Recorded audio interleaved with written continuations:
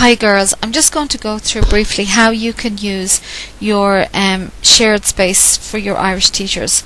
Now, because you're in schools whose SharePoint sites are being developed at the moment, to get into it you need to go into meathvec.ie, come down here and you select VEC Staff SharePoint, and it will ask you to log in. So you sign in using your SharePoint username and password, your ePortal one.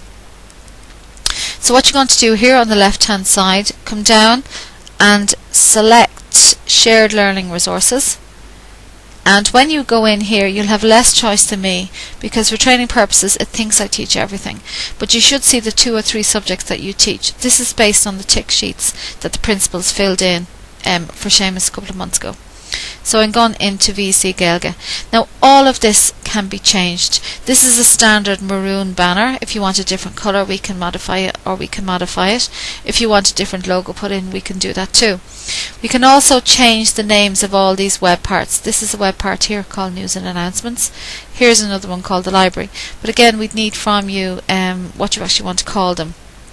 I'm probably done it in a Word document that we can just send down and that Brian can copy and paste in. Okay, so that's your document library, news and announcements. You have a calendar, and then you have the names of the teachers. Now again, probably in September when we're all back, we need to relook at this. This will have to be done across all departments, across all schools, because names will obviously change from year to year.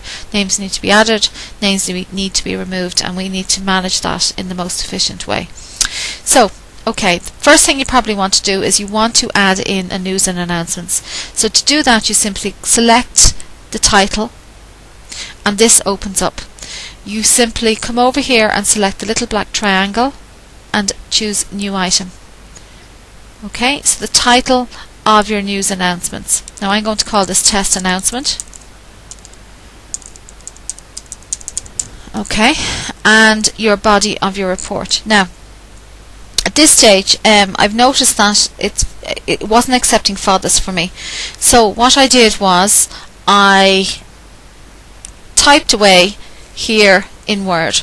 Okay, so you can, if you actually go into Word and type your whatever you want to put in, either in your heading you can type it and transfer it across. So in this case I'm just going to select it and I'm going to right click copy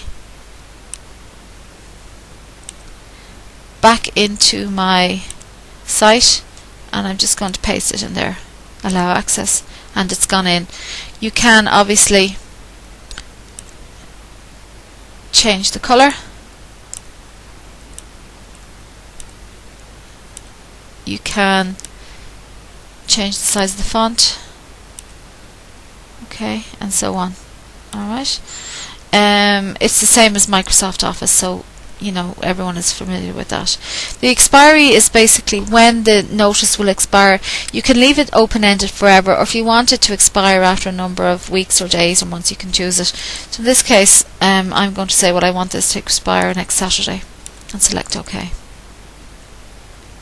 Okay, so that is sitting there and it doesn't look much. What I have discovered this year is that this fancy thing across here is called a breadcrumb, and if you use your breadcrumb back, it's the same as using a back key, and you can actually go all the way back. So I'm in the Gaeilge Teachers News and Announcements section, which is in the VEC Gaeilge department team. So I'm going to select that, and I can now see my message. Now this is where playing around with SharePoint helps, because the size of that font is a little bit large. So I'm going to go back in and I'm going to reduce it, because the size of the web part that it's fitting into is making it squashed. So I'm going to select test announcement. I'm going to edit the item. I am going to select and I'm going to reduce the size of that. Okay, I've brought it down and I said OK. Okay, so it now looks a little bit better. Okay, so you can either click on the news announcements here, or you can select add a new announcement. Some of the items, so you must select the heading name. So I just, by habit now, I just select the heading name and go in. Whoever writes the announcement, their name is listed here, and the date that they do it is listed here. Okay, so that's news and announcements. The next section is general documents library. Now I just cleared this with Brian, and just to note that this general documents library is not linked to this document library over here.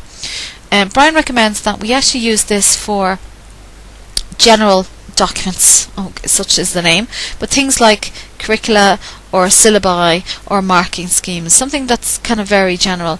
If you start using this section to upload every sort of document for every sort of year, it gets very cluttered. So you could, as I said, you can upload curricula. So in this case, I've clicked onto the heading. I'm going to create a folder. If this was a filing cabinet, you probably will put things in folders before you'd start ramming in all sorts of papers and sheets and test sheets. So we're operating in the same way. So select your little black triangle, and this time you're going to create a new folder. So new folder. And you can obviously type in Irish, or you can write it in Word and bring it across just to get your fathers in. So in this case, I'm just going to call it marking schemes. 2009. Leave insert.